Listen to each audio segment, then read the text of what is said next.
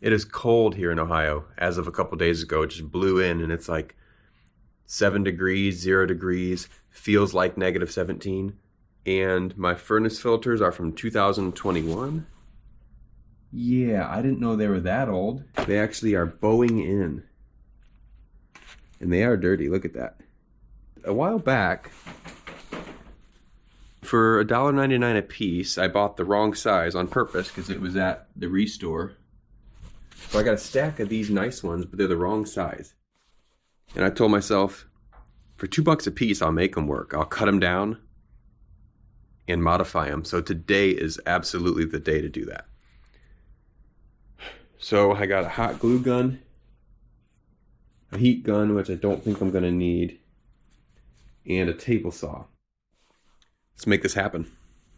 15 3/4. So that table saw worked really well. I wasn't sure if it was gonna like snag the membrane.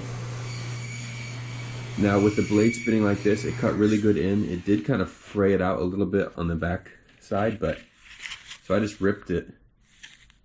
I think they used hot melt glue, but it was more effective just to rip it.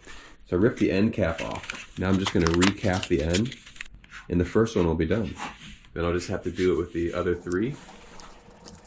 There you have it, 1 is done. Just do it 3 more times. Well, let me make sure this one fits first. They are actually directional for some reason. Beautiful. And see if my furnace can actually keep up, because right now it's at 57. Target is 64. It is 7 degrees shy of the target. Now this house used to be a church, and it has 2 twin units side by side, but we just burned the one. And that works for 99% of the year. And I kind of pirated some parts from one to make the other run, so it's not even an option at the moment to run both of them.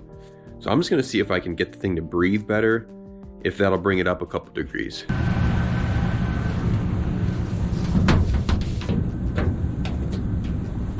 Job complete.